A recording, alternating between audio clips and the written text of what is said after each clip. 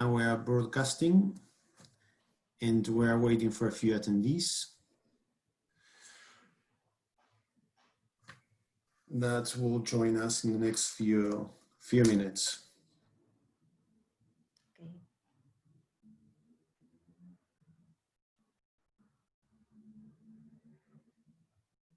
We have first few attendees. Thanks very much. My dear colleague, I see you there.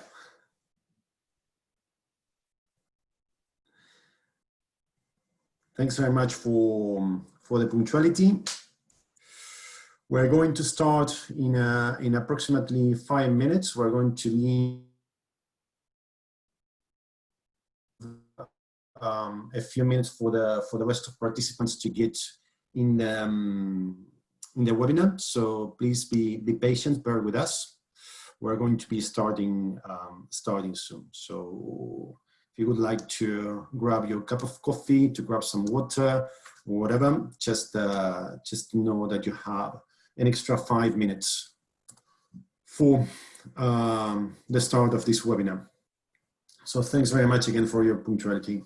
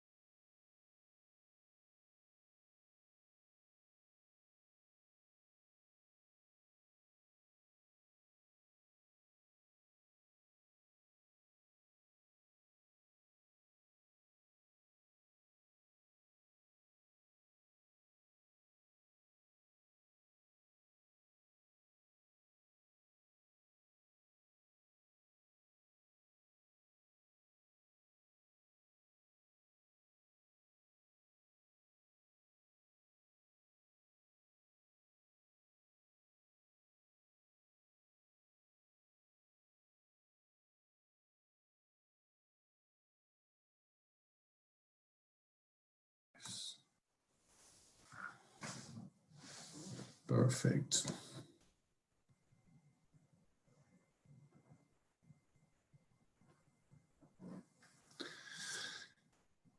Excellent. So we are right now 32 past. We're going to be started in 2 or 3 minutes. So thanks very much to the participants that are getting in. We're going to start 25 to 3 sharp. It's not sharp because it's not half past or on the dot, but it's going to start 25 to.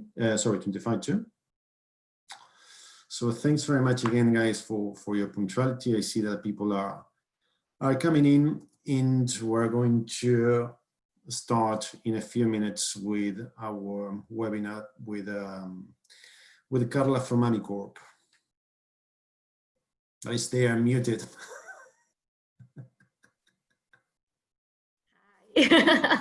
There you are.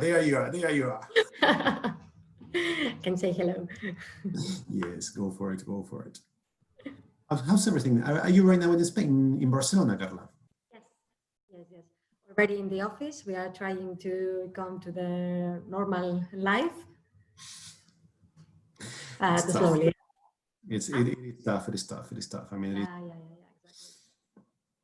But you know, little by little. How's the situation in Barcelona, by the way? How are things there? How what? Sorry? How's the situation in Barcelona in terms of COVID, in terms of the office coming back and so on? Yes, no, we are now in Passeig de Gràcia in the city center. Mm-hmm. But well, it's strange to see Barcelona in July without tourists. Without tourists, yes, it's I think first time in our lives, no, to be next to La Pedrera, where Amicorp is located, and empty. So first time, yeah. It is amazing. I mean, the things, how things have changed with COVID-19, it is just like, it is unbelievable. I mean, it is just literally unbelievable. Hopefully now, little by little, you know, tourism is going to come back. People are going to be less afraid of traveling and so on and so forth, but just a bit of time getting used to it. Travel restrictions are tough, and well, we are trying to slowly come to the normal life again, but you know, no, let's see how do we face everything now in the next months at least. Tourism, the economic situation that we have, not only in Spain, but Worldwide. Yes. No, so now a lot of changes will come. A lot of different policies are being issued by the different governments to face this extraordinary situation, no? But, well, we need to be prepared, of course. Indeed, we have to be prepared. I mean, right now, the good thing is that this situation is open and is getting, you know, little by little, hopefully the economic situation, government helps, the European Union with some funding or whatever is going to start little by little moving the economy, and hopefully we're going to have a more of movement, not only in Europe but worldwide. But it's been very, very tough, and it's just quite interesting and ironic. At the beginning of the year, we're saying 2020. This is the year because it's 2020. Yeah, no, absolutely. The point, I think, is not to stop running, no? They try not to stop completely the economy. Otherwise, it's the worst case scenario. No. Indeed. I mean, we're 25 too. People are going to keep on coming in as we are speaking. I would like to start the webinar. Mm-hmm. Start basically our presentation. So yeah, I mean, it is. Let's kick off from now. So yeah, just first of all, I would like to thank everyone for being here.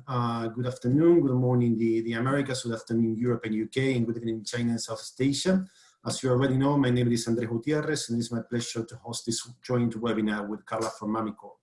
Carla is the Global Specialist Solutions of Amicorp Group, and we'll be speaking about structuring solutions for private clients in a post-pandemic world. This webinar will take approximately 60 minutes, and we will be able to take questions, you know, during the course of it to do it a little bit more dynamic and so on. So at the end of the day, at the end of the webinar, we're going to be answering more questions if you have, and alternatively, you can reach us on our emails. So a little bit of housekeeping, as we said before, we'll be able, this is not like going to be like my other webinars. I mean, here we'll be able to have a more dynamic flow, more conversation with Carla, and you will be able to put forward your questions whenever you feel like it. Just please make sure that you do it on the Q&A right on the chat, because there is where it will appear. I will be basically, you know, moderating those questions, passing them on to Carla, and so on. So what we're going to be talking today is about why planning carefully it is more important now in a post-pandemic world than it was before, actually. How it is that private client structure in a post-pandemic world that Carla will be dipping into this into this point, and how citizenship and residence planning, it is an asset tool for wealth planning and tax optimization, which actually fits into what is the pre-immigration planning that Carla from Amicorp will be speaking. So if you're okay, Carla, we kick off. We go through the webinar from now on. Okay, sure, perfect. Excellent. Just a few introductions right now to our company, CSB Group. CSB Group, as you know, is based in Malta since the past 30 years in the financial service industry, and we are regulated by the Malta Gaming Authority, Financial Service Authority, the IAP Agency, MRVP Agency, Commissioner for Revenue, amongst others. Within CSB Group umbrella, we have Vacancy Center, which is our recruitment arm, recruitment arm, Riches, which we are, this July, we are opening our third office, and of course, Malta Sotheby's International Realty as part of our group. This answers to a holistic approach to professional services, and they follows a one-stop shop vision that our chairman, Mr. Tony Summit, and our group CEO, Mr. Michael J. Summit, had from inception. Basically, a few things on what we do, our services. We service private clients on investment, migration, real estate, shipping and coaching, corporate services, tax and legal and regulated industries, with gaming, financial services, blockchain, and fintech. Now I would like to formally introduce my colleague Carla. And Carla, it is basically it is based with Amicorp. Amicorp is a global service provider with a wide range of services for corporate and private clients, with more than 10,000 entities under management and 42 offices around the world. Carla is an international tax lawyer, and it's a pleasure to have her here. And she has worked in Ernst & Young, PwC, and Deloitte in the past 5 years.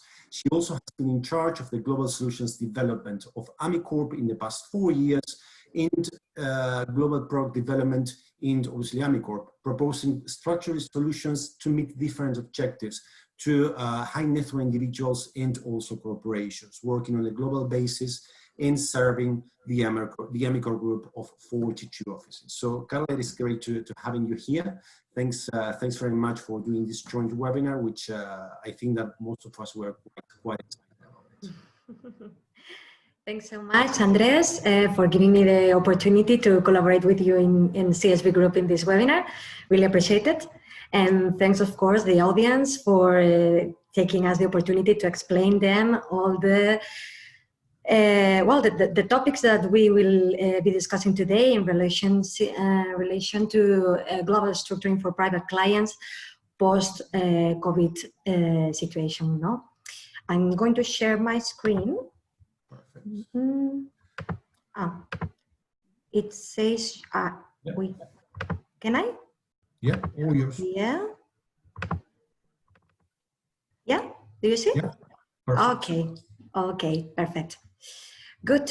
So first of all, as you have already mentioned, Amicorp is a global service provider with, well, more than 700 specialists working in 42 offices in more than 30 countries all around the world. So we operate on a global basis. This is important because we provide solutions for high net worth individuals and corporates on a global basis. Okay, and we currently have a portfolio of more than 10,000 entities under management for corporates and private clients.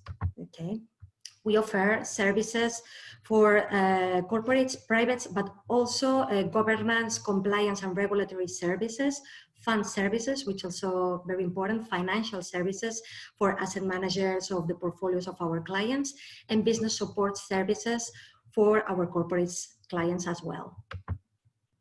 Okay, this is a map of our global offices. And well, no, going to the matter, we are going to talk about today the current situation, globally speaking, after COVID-19. No? The risks we are facing now is the health risk and the death risk for the pandemic, of course. Also, unemployment risk and bankruptcy risk due to the economic recession we are facing now for the lockdown. Many companies are having low income and are closing. And of course, the third risk, which is also very important, is a residency risk. Okay, due to the travel restrictions and the lockdown, we have many people that may acquire the tax residency in a third country just because he's blocked there.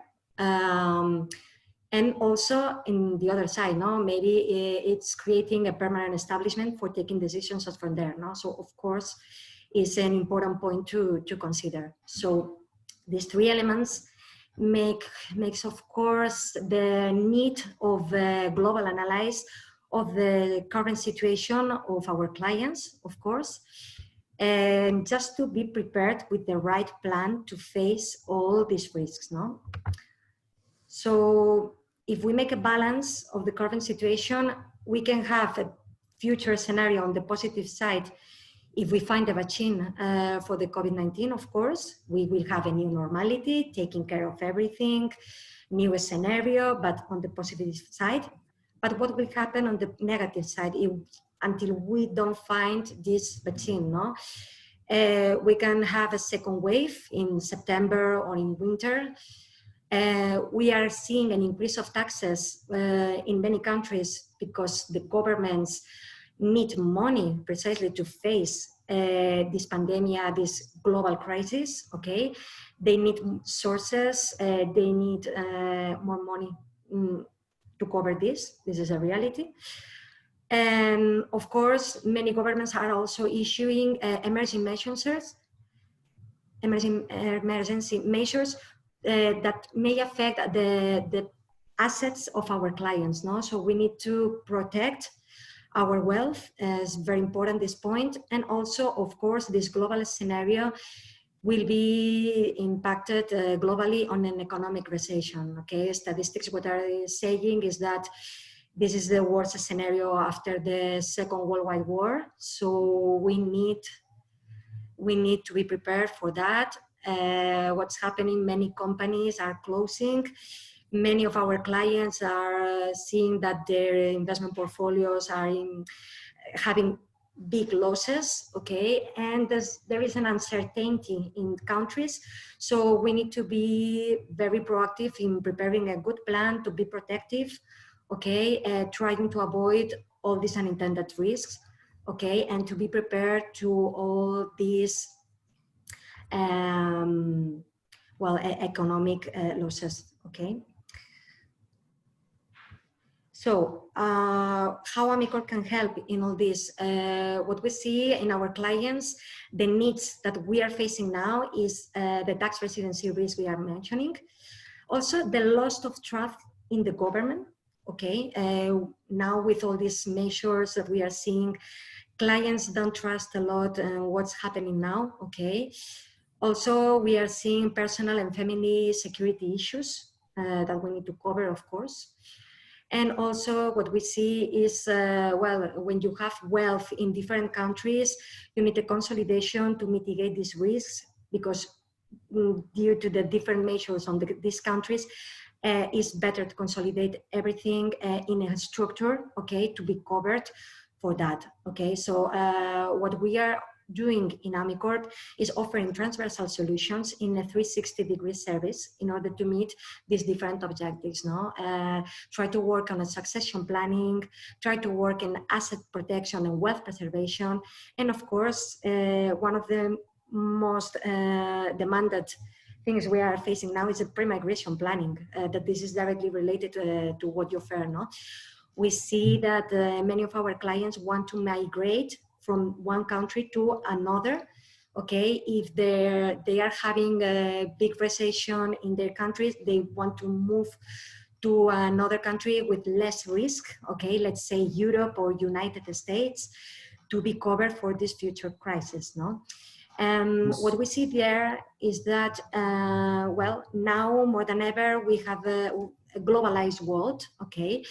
Where we have global families. The parents are in one country, their children are studying in another country, the other children is working in another country. So they need a global assessment covering the different laws affecting the family, okay? So this is important to have this global scenario, okay?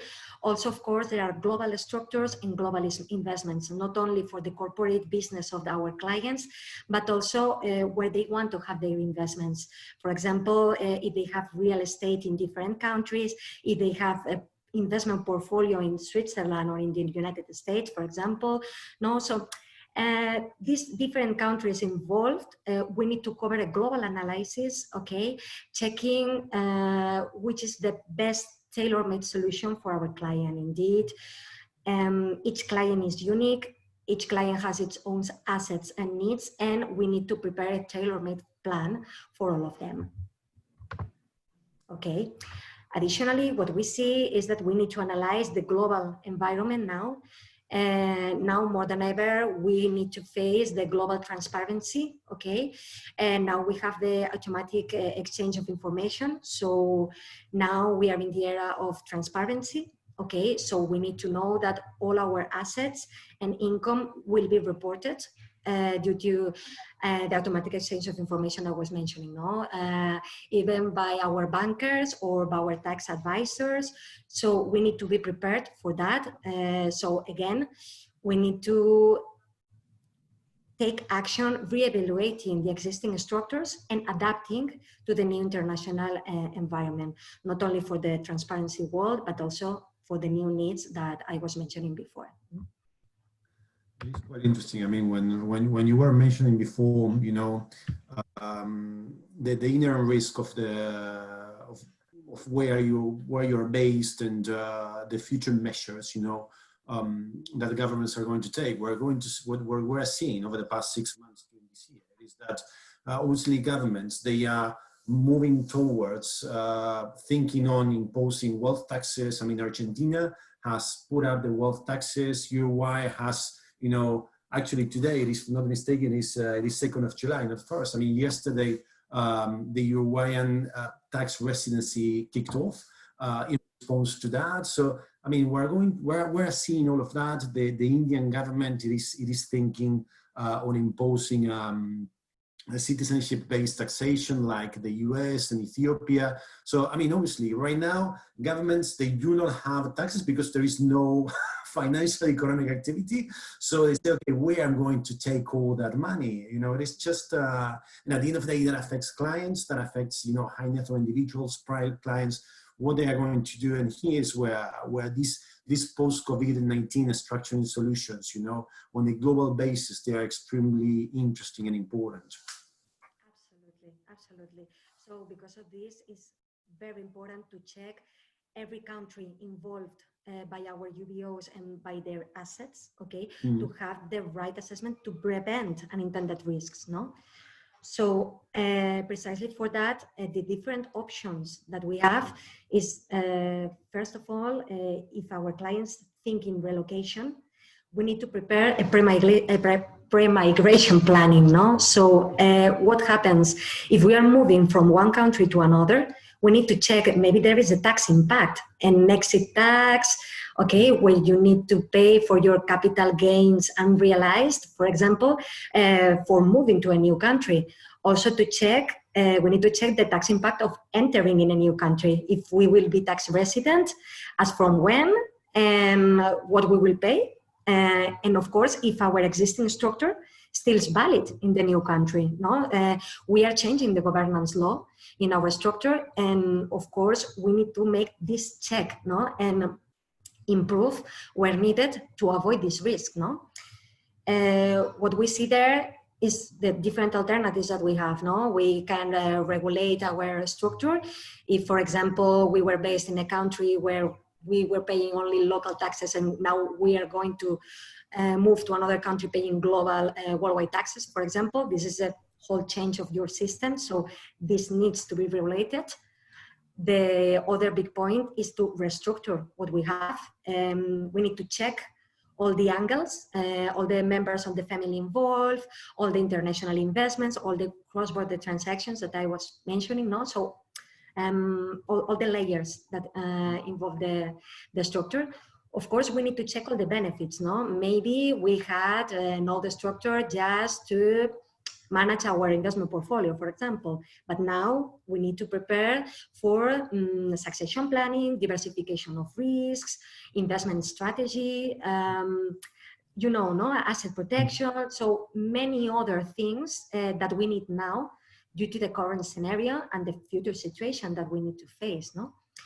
So then we need to check the different locations of ourselves, but also of our vehicles, no? To make the structure sustainable and to acquire these benefits that we are looking for, an onshore structure, an offshore structure, depending on the needs of each client. We need to check which is the right place, and of course, which is the right vehicle, no? Depending on the need. If we are in a country of common law, we will prefer a trust. If we are in a country of civil law, we will prefer a private foundation, for example. if we want to take care of our investment portfolio and our different assets diversified, we will prefer a fund, or for example, life insurance if we want to take care on a global basis of this succession planning. No?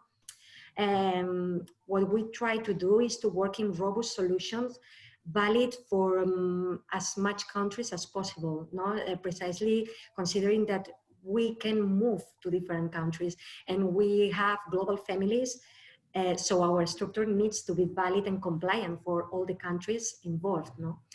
So in this, can I ask you something, Carla? I mean, in this practice that you are having of restructuring, you know, and assisting global families, how you are seeing, you know, that shift? Because at the end of the day, do you think that it is more advisable now for those global families with offshore assets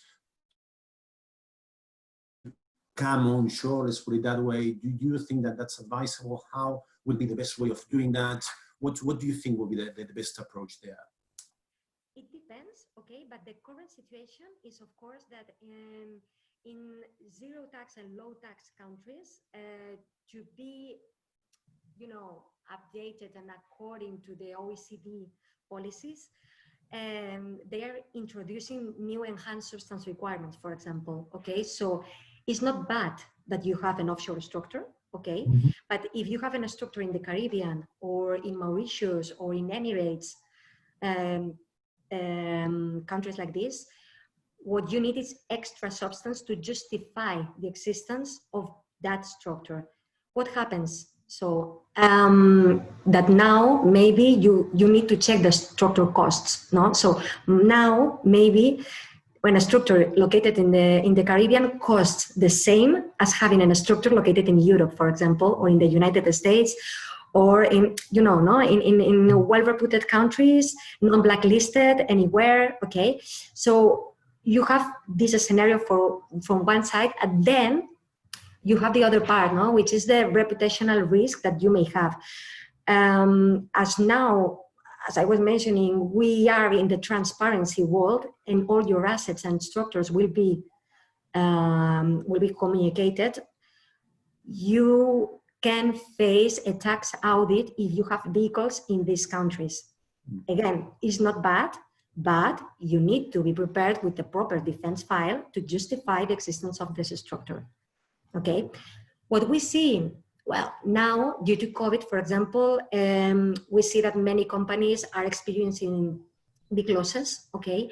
So it's, of course, not the best scenario, but creates the opportunity to restructure, moving to an well-reputed jurisdiction without facing tax cost, because you are reducing a lot this capital gain, okay? So it's, of course, an opportunity to move to well-reputed country without facing these tax costs, which is good, okay? So what I was mentioning, no, you have the two different alternatives. If you want to remain offshore, you can be, of course, but with the right substance. In Amicorp, we work providing this substance and reporting all the elements in the structure needed by law, okay? And then the other alternative is to move to another country where you don't have these high risks, okay, of tax audit, nothing else, okay? So this is the point, no?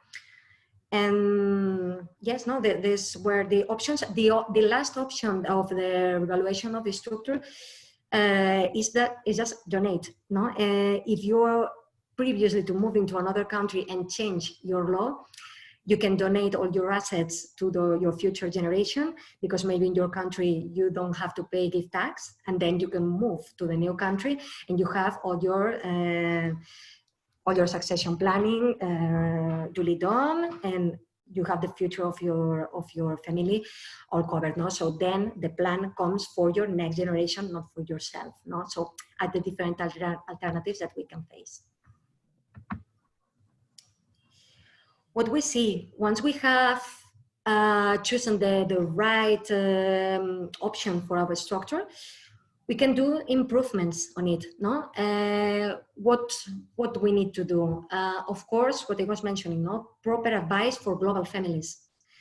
covering all the risks and all the countries involved. Then, of course, simplify the structure. What we see is many high net worth individuals have old-fashioned structures with 6 or 7 layers that now we don't need so much vehicles, okay? We can liquidate many of them. They are costly and not tax efficient because you are not having extra benefits for having this, no?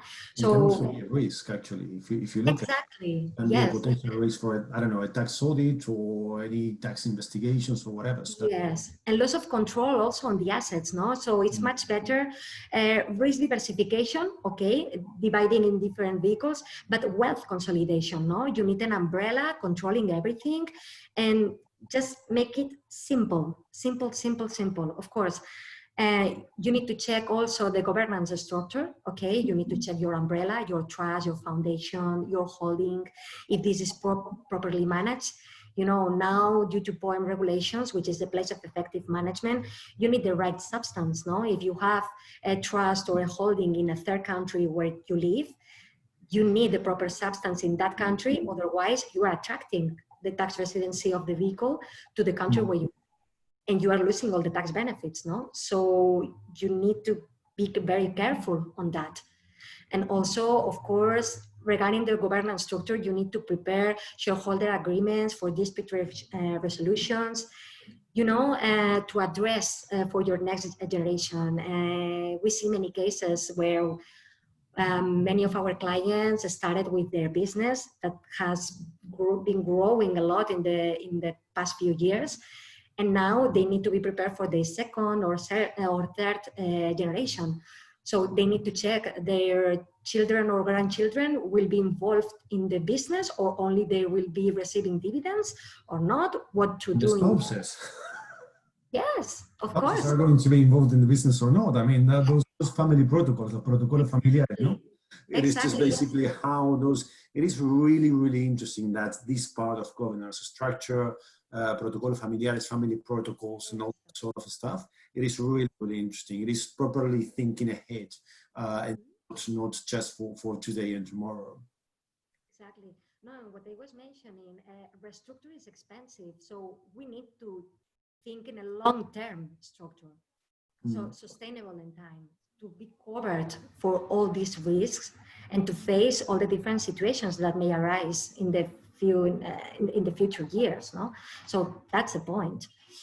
And then, of course, what we say is a professionalized structure. We work in Amicorp in a family office business model with trustees, professional trustees, managing the portfolios of our clients, okay, where we include professional administration. Of course, if you have seen an increase of your wealth, it's much better to have an asset manager managing all this, okay, and the right structure, diversifying, well, depending on your needs and depending on what you want, no? If you want to invest in private equity or an investment portfolio or maybe in alternative investments, we were speaking about this a few days ago, remember?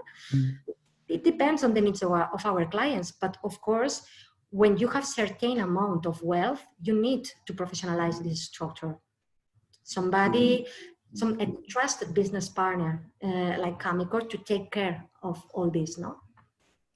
To make precisely possible that you, well, protecting and growing your wealth, no? While you are focused on your daily business, for example, no? Scaling your business, growing your business, and we can take care of all the other part. Making more money, basically. Increasing the wealth. Exactly. It's just like exactly. More money, less risk. Exactly. Exactly. It's not.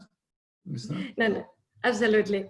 No, and then once we have checked all these improvements in the structure, we need to work in adding extra benefits. No, if you are preparing only for what I was mentioning, no, asset protection. No, you have a structure that currently only involves asset protection, but you need to work on a succession planning. Okay, let's check which vehicles can you use to work on that succession planning, or maybe. Just in relation with what you were mentioning before, no, the reputational risk. Maybe you want to move to another country to mitigate these risks, okay, that occur in reputed countries. You need to work on a proper defense file to document all the non-fiscal reasons that support the existence of this structure, okay? At the end, we are talking about protecting our assets, making succession planning. So it's non-tax driven structures, no? Mm-hmm. So we need to be very active on this part. Then, well, checking which could be the optimum vehicle. I wanted just to highlight the 5 main vehicles that we see. Of course, this depends on the jurisdiction of the client, okay, and on the jurisdiction of the assets and on the investments, of course. But the main vehicles that we propose in Amicorp are the trusts, private foundations, offshore companies, which are the underlying entities of trusts and private foundations, investment funds for portfolio that I was mentioning, and international life insurance, okay? Then have any, in terms of these structures, do you have any particular jurisdiction that you work with for any particular reasons, you know, that you like more because it is more, I don't know, transparent, or, you know, that sort of stuff in terms of these structures? Normally we are, well, now there is a huge request on trusts rather than private foundations. This is true. This is true. And in relation to trusts, we in Amicorp have license in many different jurisdictions. Okay, we have in 12 jurisdictions, but we have license in Caribbean, in Europe, in Asia, in New Zealand, United States. But of course, I think it's a big trend right now in United States trusts. We have license in South Dakota. Okay, and yes, this is a trend now. Also Switzerland, of course, which is also a big hub. Okay, we use New Zealand or UK trust with Swiss trustee. And depending on the client, we will opt for one or the other, depending on where is the investment portfolio. For example, the bank account, okay? If you have the bank account in the United States, in Switzerland, they won't want to incorporate your trust, for example. So it depends on where you have your assets, no? And for example, depending on the country, you can still use trusts in the Caribbean. For example, I don't know, clients in China or in Argentina or in Peru, for example, you can still using them, okay? So again, depends on the jurisdiction. Of course, you have trends where it's more fashion now. United States is, of course, because it's not part of CRS, okay? So you don't have this automatic exchange of information. And so this is another benefit that some clients want, no? And they normally think that the United States is an expensive jurisdiction, but not, of course. Prices depends, as always, on the assets under management. So more assets, more risk for trustee, more fee. So it's simple, just this. So this is normally what we are seeing. And there is also, well, a big increase in investment funds, okay? You have the two possibilities, your own fund or a fund of a third party where you have only a cell. So you have your cell. This is much cheaper than having your own fund, and you have the same benefits. Under that fund, you can put all your assets and investment, diversified per risks. Your asset manager, Amicorp, or your own asset manager controls all these investments, and that's fine. And also international life insurance policies. Yes, we see requests on that. That's why they are valid for common law jurisdiction and civil law jurisdiction, no? If in a trust or in a private foundation, you have valid for one country or the another, international life insurance, we see that is valid for everywhere, no? So this is an extra benefit that can help you to move from one country to another with a sustainable structure, no? And talking about just some highlights in these products, trust as an structure, as I was mentioning, no, is the typical common law structure where you transfer your assets to a settler, which is a third party that will control this administration, okay, in benefit of your beneficiaries, your sons, your wife, okay, your beneficiaries, yes. The benefits of these trusts are multiple, okay, multiple purpose.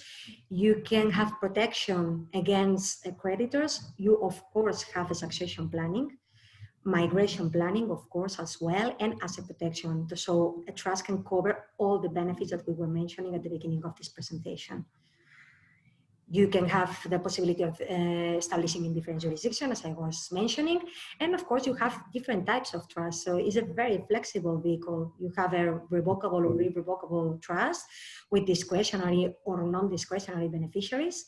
So you can modify, you have your trust deed where you put all your classes with all your needs for your beneficiaries and all. Well, you can organize. It's absolutely tailor-made tool, no? So it's very flexible, and because of this, it's very demanded, no? And when well structured, it allows for tax deferral and confidentiality for our clients, as I was saying. Then we have the private foundations, which is, let's say, the opposite of the trust in the civil law countries, but different to trust. You have here a legal figure, okay? It has a legal personality, okay? It's a moral person. Trust is an agreement. And you transfer your assets to the funder, let's say, same as a settler, okay? As a trustee, sorry. And that, that will be administered in the foundation, and that will work same as in trust for asset protection and succession planning, okay? Then talking about the offshore companies, same is independent legal person. This is the underlying entity under your trust or your foundation that will be the owner of your assets, okay? So yes, the holders will have protected their assets, and that enables you to have the correct tax and wealth planning if well structured, okay? Again, we need to check the different jurisdictions to put the right vehicle in each case, no? Then you have the investment funds and the international life insurance policies that I was introducing before, no? In investment funds, you have an independent legal person, same, no? Your own fund or a third-party fund, but of course it's a professionalized structure where you have an asset manager managing all your assets, diversifying depending on the risks you want to face, depending on the investments you like. You can use this for tax deferral, of course. The vast majority of funds are taxed at 0% or 1% at maximum. So you have a huge range of possibilities. And of course, depending on the jurisdiction, you have also different ranges of prices, no? Always Luxembourg, for example, is fantastic and offers the vast majority of different type of funds and licenses, but of course it's expensive. But then you have other jurisdictions like funds in Cayman or in Cyprus or in Malta, which are more cheap, and you have also many other benefits, no? And are sustainable structures for costs, no? One of the reasons, one of the main things that we need to check, I was saying, no? Depending on the wealth you have to check the cost of your structure. Maybe you don't need to pay a super huge robust structure where you can have the same benefits in doing it in a cheaper way, no? So at the end is try to find the right balance for costs and benefits, no? And then, no, the conclusions are to, of course, seek specialized professional advice before taking any action, okay? What we see at the end, we in Amicorp, we incorporate and manage these solutions, but of course, we always collaborate with international lawyers, helping us with the legal opinion to support this structure, no? What we see is that many times our clients take decisions without thinking and asking previously, and then they have to face these risks from moving to another country, no? And then this is late. And it's a pity. So it's super important to prepare before moving, checking all the consequences and prepare the well-structured plan, no? to face all these changes. Then, yes, the second point is to understand the need to work on this plan to meet the different objectives that we were mentioning, succession planning, the asset protection, or the pre-migration planning covering all this, identifying the risks that may affect the family economy and your wealth stability, or super important now with the scenario that we were mentioning. Evaluate the structural costs, of course, and understand the need of having a foreign service provider like Amicorp, considering understanding the needs that you have, and also the risks that you may have in the different countries. At the end, we are based on worldwide, so we can help you with only one service provider, covering all the different countries that may affect your structure and your assets. No? So it's super important to have only one spot or a single point of contact. You have only one person to speak with and covering all your structure. So this creates trust in our clients. No? So that would be one of our big assets. No? So that's my part. That's brilliant. I mean, I think it is fantastic in terms of, you know, how private clients they can structure their wealth. You know, the different not only the fact that, you know, from a global perspective you are around 42 different jurisdictions, 42 different offices, but also the ability of shifting not only from jurisdiction but from structure. I mean, there are clients that we all know that for whichever reason, if it is because they are more or less high net worth individuals, or because they are more or less young or old, a life insurance for high net worth individuals will be, you know, something more recommended. Some of them, they would like to have a trust because they are younger, and that sort of things. And actually right now we have a question that it is basically asking if there are any favorable structures for family assets offered by Malta in Malta. And I think that we can do some sort of joint answer if you want, Carla, but just on a brief, what I would say is that these will come, depends on a lot of different questions, you know, where that family is based, if it is based in Malta itself, if it is based in Europe, if it's based in America, in the US or Africa, or whatever it is, and then which type of assets we are looking at. Because if they are, I don't know, it could be that the trust perhaps for, or the offshore, or the company is more recommended for one thing or the other.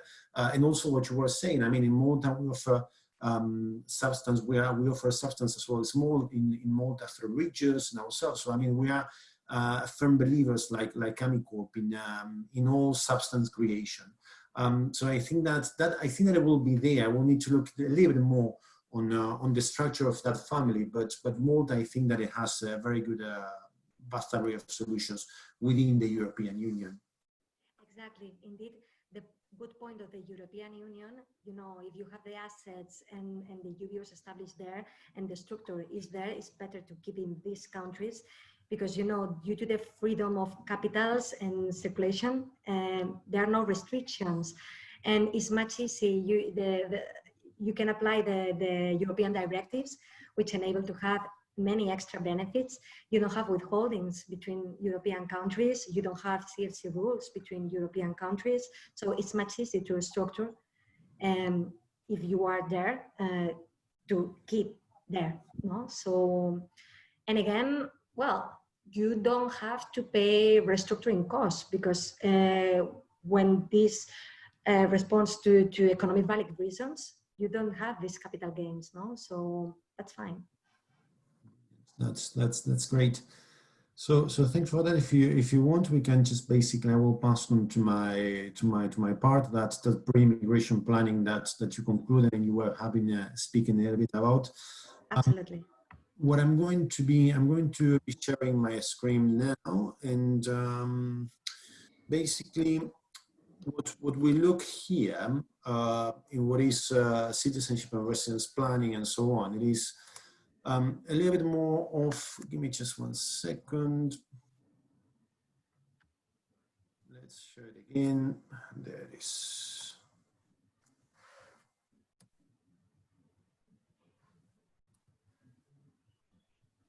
There it is. Here we are. So basically here, what we look here into citizenship and residence planning, it is something that you were, Carla, you were talking before. It is actually looking at where the client is, where the client is from, and where the client would like to be. So there we have two basic concepts, but at the end of the day, for a planning like this, it's basic, but they are very important. Which, at the end of the day, what is citizenship and what is residence? We all know what that means, but it's very important just basically to put a flat sheet, on the table and understand that. And at the end of the day, what is residence? I mean, residence refers to the right of live, work, study under certain conditions, and taxation may be affected by this. At the end of the day, we can be resident in the country, but that not necessarily mean that you're going to be a tax resident in that country.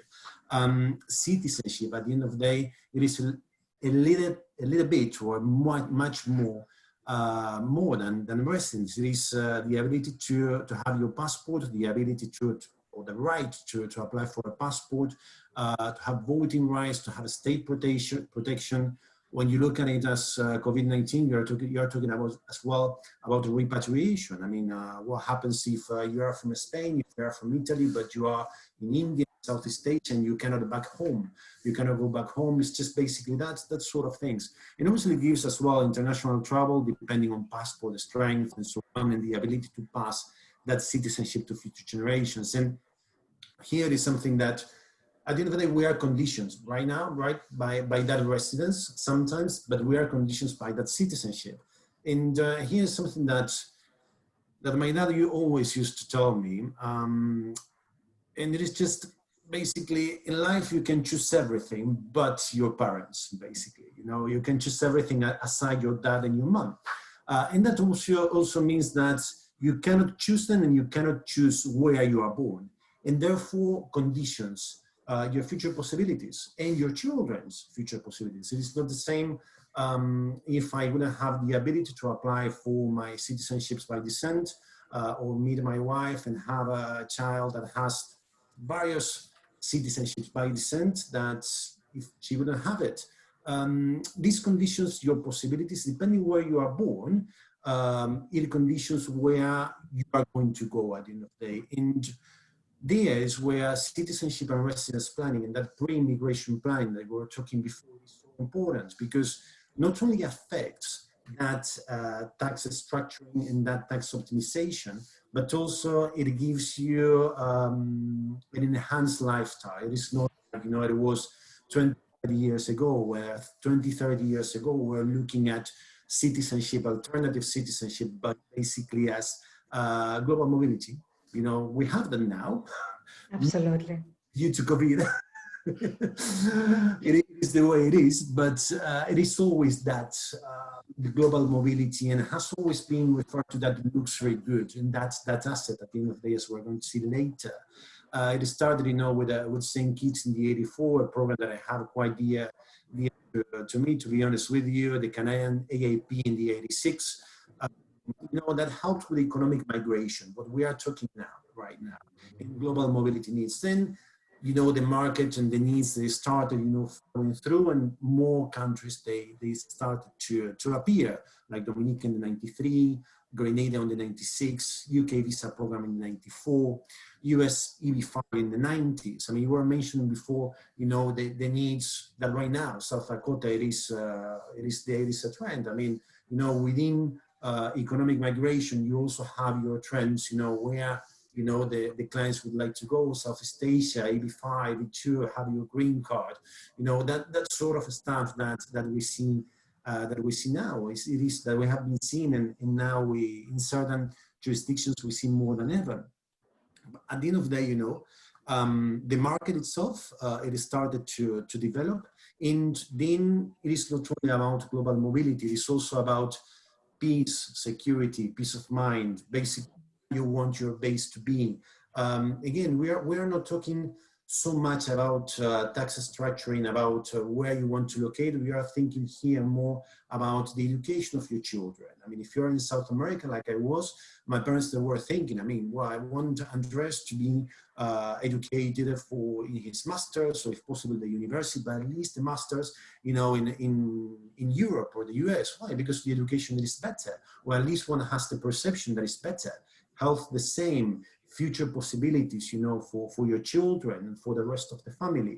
And here we are seeing basically in this series, put it that way, that citizenship and residence, it is more, it develops not only on global mobility, but also as policy insurance. This basically here we can see that in 2006, St. Kitts launched the Sugar Industry Diversification Fund that then was replaced a few years ago by the Hurricane Relief Fund after the hurricane season there in the Caribbean that sadly devastated Dominica, Antigua, and St. Kitts. And then some EU jurisdictions started to grant residence and citizenship by investment. You had Portugal in 2012, Spain in 2013, that we're going to touch base later, and then the IP of Malta in 2014, which now it is reaching its cap and is going to be renewed. But this, at the end of the day, this was a policy insurance. And a policy insurance, it is always something that you get in case something happens. I get the insurance for the life insurance that you were talking before, in case I at the end of the day, you know, and so my beneficiaries whatsoever, whatever. That policy insurance triggers come into place when, like now, the pandemic happens, you know, and it is when, at the end of the day, that policy insurance becomes more basically an asset than just a policy. Nowadays, I think that right now we are there. I think that now many government advisory firms are speaking now about citizenship and residence planning or investment migration planning as asset tools, basically. The fact that one can have an alternative citizenship or residence, thinking on that pre-immigration planning that you are thinking, you know, with your high net worth individuals and your clients with Amicorp, helps basically to have an edge against that geopolitical risk and against market volatility. You know, we were talking before, I mean, where I was born. Well, I mean, at the end of the day, if we can invest, you know, in a jurisdiction that has really nice succession planning, really favorable, let's put it that way, but really favorable succession planning tools, I mean, why not? If it gives me flexibility, if it gives me tax optimization, if I can diversify portfolios, not only by investing in real estate, but also to do fine wine investments, by also doing gold investment. That helps basically to minimize the risk of global turmoil, maximizing profits, because you can access different jurisdictions. You know, if you have, we're going to probably see later, if you have an E2 visa, you can access the US market. If you have residence in Europe, if you have a house in Europe, you're shielded against a pandemic risk at the end of the day, because those global families that you were talking before, that they have a son in the US, a daughter in the UK, they are living in the Emirates, and perhaps, you know, I don't know, the grandparents, they are in India. Well, if they have, you know, a Malta, a Cyprus, or a European residence at least, but more importantly, EU citizenship, when these things start to happen, they can shield and they can be together because they share that citizenship, that travel document. And this, at the end of the day, basically fine wine investment, gold, and citizenship and residence planning, or citizenship and residence by investment, during normal times, it is basically there, and it can be thought as a policy interest, but at the end of the day, they shine in moments of turmoil, like now. I mean, we're seeing more and more changes on the government side. Government advisors are thinking and are talking that they are going to even more programs, because what you were saying before, at the end of the day, governments right now, they do not have funding through taxes. So they are looking at how they are going to balance their fiscal balance by hiking up taxes or attracting foreign direct investments. That means basically what investment migrations programs do. They attract foreign direct investment to help to balance their fiscal situation. So that is why it is citizenship and residence planning at the end of the day fits very well with all what is the structuring of a high net worth individual, because we're not talking only about that. When we're talking about private clients, one talks something else about more than more money. You know, I mean, we are talking about that safe harbor. You know, we are talking about that healthcare that the country has. How was their COVID response? How is the education? How it is the population is law abiding or not? It was an article on Forbes. I think that we discussed that, but it was an article on Forbes around 3-4 weeks ago that was mentioning that, well, I mean, Southeast Asian families, they are thinking what they are going to do. If, you know, if they are going to send back their children to the UK or to the US because of the risk of COVID-19. It is still good from a tax perspective. It is still good, but what you are thinking now, it is in that security, in that safe harbor.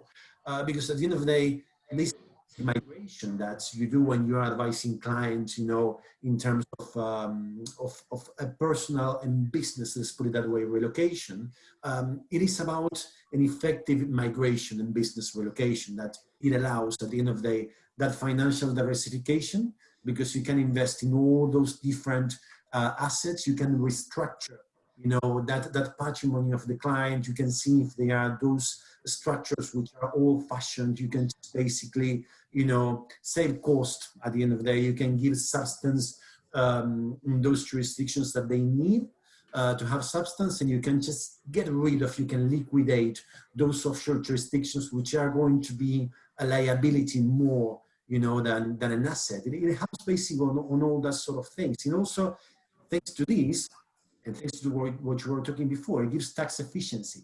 Because when, you know, I mean, when you do that pre-migration, when you look at that, okay, fine, here we have the whole panorama, that gives a tax efficiency that you're looking basically with your client in your structuring, and therefore that wealth preservation. That's when you do this sort of move. I mean, we're speaking with the clients, you know, from Southeast Asia, Hong Kong, China, obviously. I mean, the situation there with China passing the national security law over Hong Kong, the situation in the South Con with Argentina, with Chile, the situation in some certain African countries. It is very difficult for certain clients. So they are looking into that safe harbor, and they are concerned about their wealth preservation, because like what you were mentioning before a couple of days ago, what is happening in Mexico, right? At the end of the day, if I have, let's put it this way, the risk that the government is going to seize assets because whatever they want to, the law they pass, well, at the end of the day, I'm not so fan of staying in my own country, because that puts my family, that puts my descendants at risk, and the future of them at risk. So I'm going to think about that asset or that plan B to move around, to move outside, that will give me that tax efficiency and that wealth preservation. And then at the end of the day, coming to the beginning, it also can give us lifestyle. Exactly. No, it starts just to have the opportunity to move to another country, no, even if you don't have the need at this right moment, no? Exactly. It is that plan B. It is saying, well, you know what? I want to have not my feet here and my feet there. No. I want to have both of my feet here and there, because if something happens here, let's say, I mean, Exactly. the situation, no?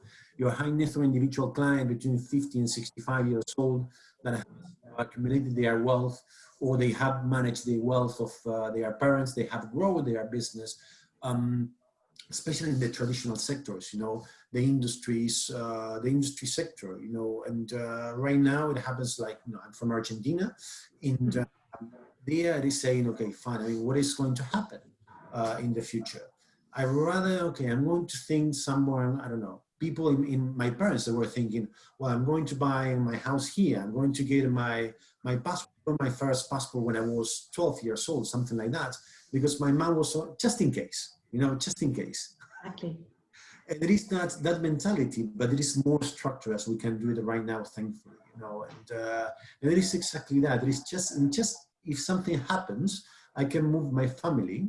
I can have what you were talking before, those protocolos familiares, those family protocols. And with governance within my company, whatever it is based.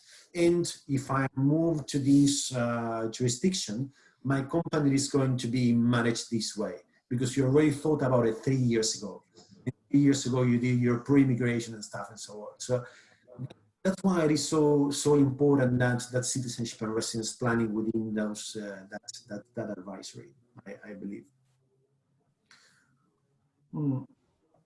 So at the end of the day, we're talking about this, but what is that that ability? What are the programs that, I mean, within the investment migration arena, there are loads of programs. We normally work with the following, you know, EU residence program, citizenship program, Caribbean citizenship, and other programs. Basically, you are talking about Malta, Portugal, Spain, and Ireland in terms of residence. In terms of citizenship, Malta and AIP, that, as we said, is going to be renewed, and Cyprus.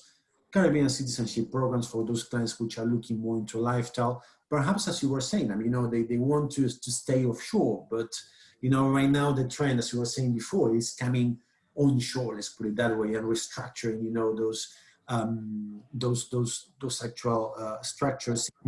Then Montenegro that has an interesting program as well. But right now, what I'm going to do, due to time at the end of the day, and you know, I would like to give a little bit of a panorama on the residence programs available in Europe, and perhaps then another CBI options in the Caribbean. Just a high-level view, because, you know, I think that it won't give us time, and I'm going to bore the audience, to be honest with you, aside from yourself. But you know, at the end of the day, here we have, you know, we were talking before about the Portuguese Golden Visa and the Spanish Golden Visa, 2012, 2013. That at the end of the day, what they would require is that investment in real estate. In the case of a Spanish Golden Visa, is of €500,000. In the case of Portugal, in certain cases, it can be an investment of 280. Normally, it is €350,000 if the investment it is done in properties of over 20 years old, that they need to be refurbished and so on, and they are located in areas to be regenerated. And normally then you will have, again, your investment of €500,000, 500,000 in the other locations, you know, normally Lisbon, Portugal, and so on. What we are expecting, it is that in February last year, the Portuguese government passed the budget, and they mentioned that this was going to be modified, this was going to change. So basically it is thought, we don't have full certainty, but it's thought that investments to be made next year within the areas of Porto and Lisbon as well, perhaps the Algarve and so on, they may be excluded. We don't have 100% certainty as far as I know it today, but that is the most likely thing to happen. So that is one thing to consider. And the Portuguese Golden Visa at the end of the day gives the right to reside in Portugal and Schengen visa-free access to the rest of the Schengen area. It is Portugal as well has a quite interesting non-habitual tax regime, which I don't know if you would like just basically to mention something about that, that you deep into the tax side, Carla? Yes, no, the non-habitual residency regime allows that, well, during 10 years, you pay only for your local income or local Portuguese income at 20%. So all your foreign income is tax exempt. So this is very interesting when a client is living there but has all his wealth abroad, no? Yeah, so it's something definitely good to consider. It is quite interesting to consider. It fits very well within that as a possibility at the end of the day within that migration planning, because you know that it gives a safe harbor in terms of education, in terms of health, in terms of Europe, and tax as well. So it is quite interesting. But at the end of the day, on the other side, next to it, we have Spain, and Spain has a golden visa program as well. No, 500,000, as we said, that gives us access to that Spanish golden visa residence permit. You know, you're allowed to be in Spain and have visa-free access within the Schengen area. But they are I know that I think there is a little bit of confusion, you know, with the tax status. What happens if you are ordinary resident, or if you are not ordinary resident, how you are going to be taxed, or if you are going to be taxed or not. If you can just basically leave that a little bit there, Carla, it will be good as well, helped. Yes, absolutely. No, if you have your golden visa in Spain, it is not mandatory to spend any day in Spain. So you can be in Spain or not, no? If you want to move to Spain, you have, of course, the rule of the 183 days, okay, which is for your presence in Spain. Of course, you have the other rule, which is you can be considered tax resident in Spain if the vast majority of your assets are located in Spain. So of course, you need to check the full picture, no? Where are all your assets allocated? I imagine that the Golden Visa client doesn't have his assets in Spain, only the $500,000 house, nothing else, no? So we need to check the different criteria to be considered tax resident. And then if you have considered tax resident, you need to check under which regime, because in Spain we have two different regimes.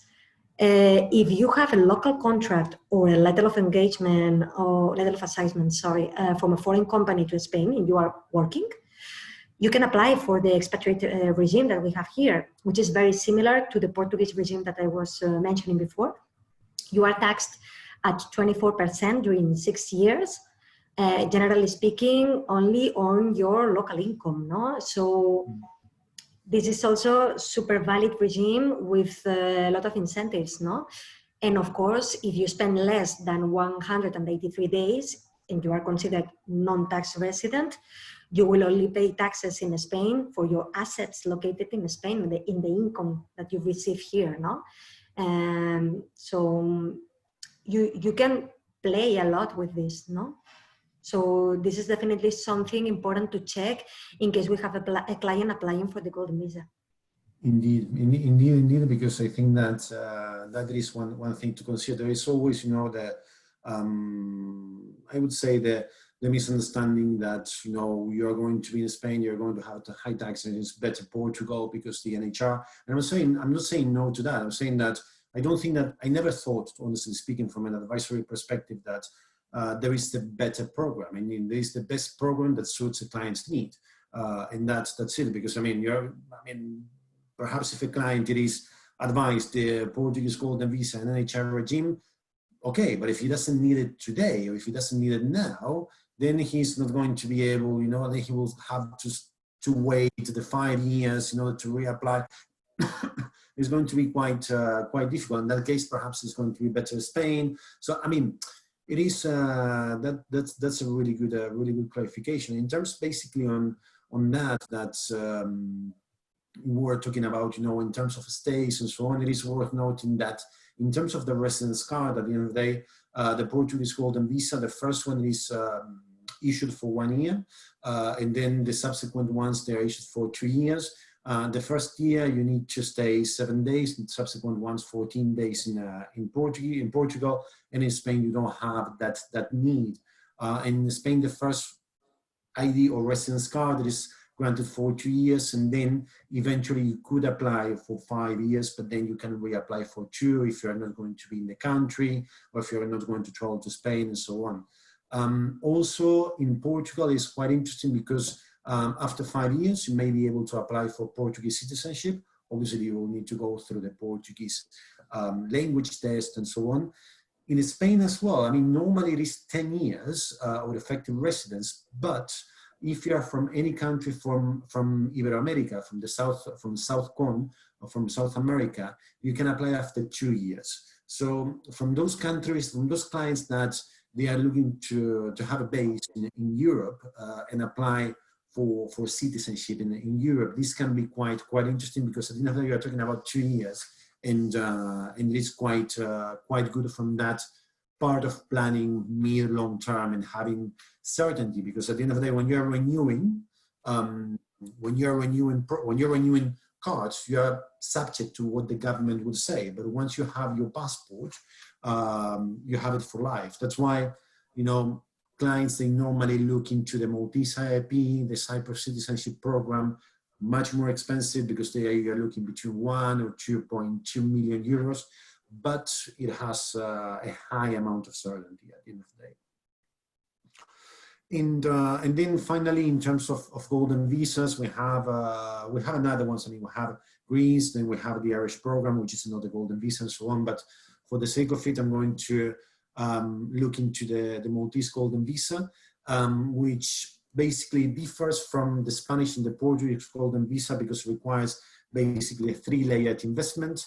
It is an investment in Maltese government bonds for 250,000 euros, which can be financed, an investment in real estate, which can be a purchase or a rental for a minimum of 220,000 euros the purchase and 10,000 euros per year the rental, and a contribution of 30,000 euros, which includes the application fee. Basically, the good thing I would say about the Maltese golden visa is that the investment is done once the application has been approved.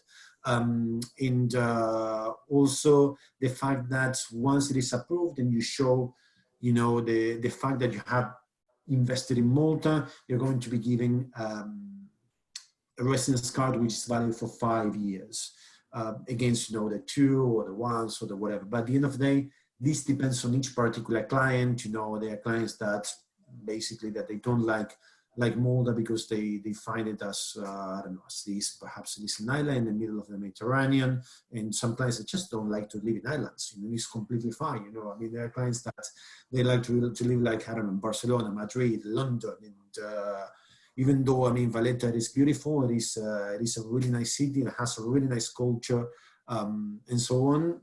The clients just prefer that type of lifestyle, and it's completely fine. So yeah, I mean, there is what we'll be looking into golden visas. Then one thing that I would like to touch base, because you were talking about South Dakota in the US and so on. There are another CBI options. These are a direct route to citizenship, and here I'm talking about the Montenegro program, the Turkish program, and the Grenadian program in the Caribbean. That once you are granted with that passport, you have access to the E2 visa.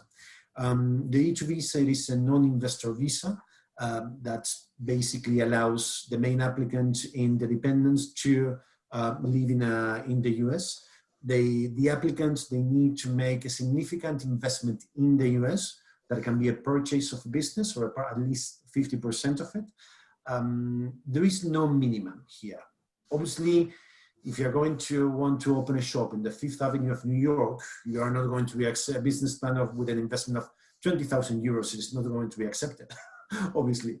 But it needs to correspond to the type of business that you are doing. Normally, there you are looking into investments of around 150K to 100K, more or less. And it is quite interesting because as it is a non-immigrant visa, it is not like the EB-5. You know that with the EB-5, you're going to be treated by the IRS like a US citizen, so you will need to pay your taxes as a US citizen and so on. But with the E2, it is not necessarily as that. So, I mean, basically you have the Grenada option, the Grenada program, which I'm going to quickly discuss now, which requires basically a contribution or an investment in an approved real estate project of $220,000 in certain projects, plus due diligence fees, you know, your government fees and so on. And again, once the application has been approved, you need to make the investment in the country, and the passports are going to be issued. More or less, you're talking about around 3 to 4 months. And that Grenadian passport allows you visa-free access, that lifestyle that we were talking about, but also that ability to apply for that E2 visa, live in the US, have visa-free access to China too. So it is quite an interesting citizenship planning tool for those clients, you know, that they are looking into have a base, you know, in Europe, have a base in the US, and they have business interest in China, which it is quite interesting, but there are quite a few of them. So that is more or less what I wanted to cover. I don't know, Carla, if you would like to add anything on that side. If there are any questions on this side, I'm happy to answer. So basically, open floor to you. No, for me it's super clear, and of course this opens the door to plan, okay, for your next future, what to do, no? So to work out on this possibility to move to another country, not immediately, but and having the possibility in the short term is amazing, no? And of course, this opens the door to move to well-reputed countries, and is another extra asset, I think, to have the right passport, no? Mm-hmm. So, of course, we need to consider this as a very good possibility for asset planning. Indeed, it is basically this. I strongly believe that investment migration, it is that key, that tool that open those doors to asset planning, or to a more effective. At the end of the day, you can do your asset planning, your wealth management, your wealth planning, your estate, and your enhanced plans without these, but it's going to be more effective normally if you take advantage of these tools. So brilliant. Absolutely. Excellent. So I believe that we have covered most of the things. I mean, we're going to be following up with an email with Carla to all of you, to the attendees that haven't been able to come here today. If you would like to have, you know, any answers, any questions, or anything that you will need, please let us know. And Carla and myself will be more than happy to assist you with your questions. Brilliant. So thanks very much. Thanks very much, Carla, for being here, and thanks very much for your time, and for the time for everyone. And we'll stay in touch. Thank you, everybody. Bye-bye. Brilliant. Thank you, Carla. Cheers. Bye-bye.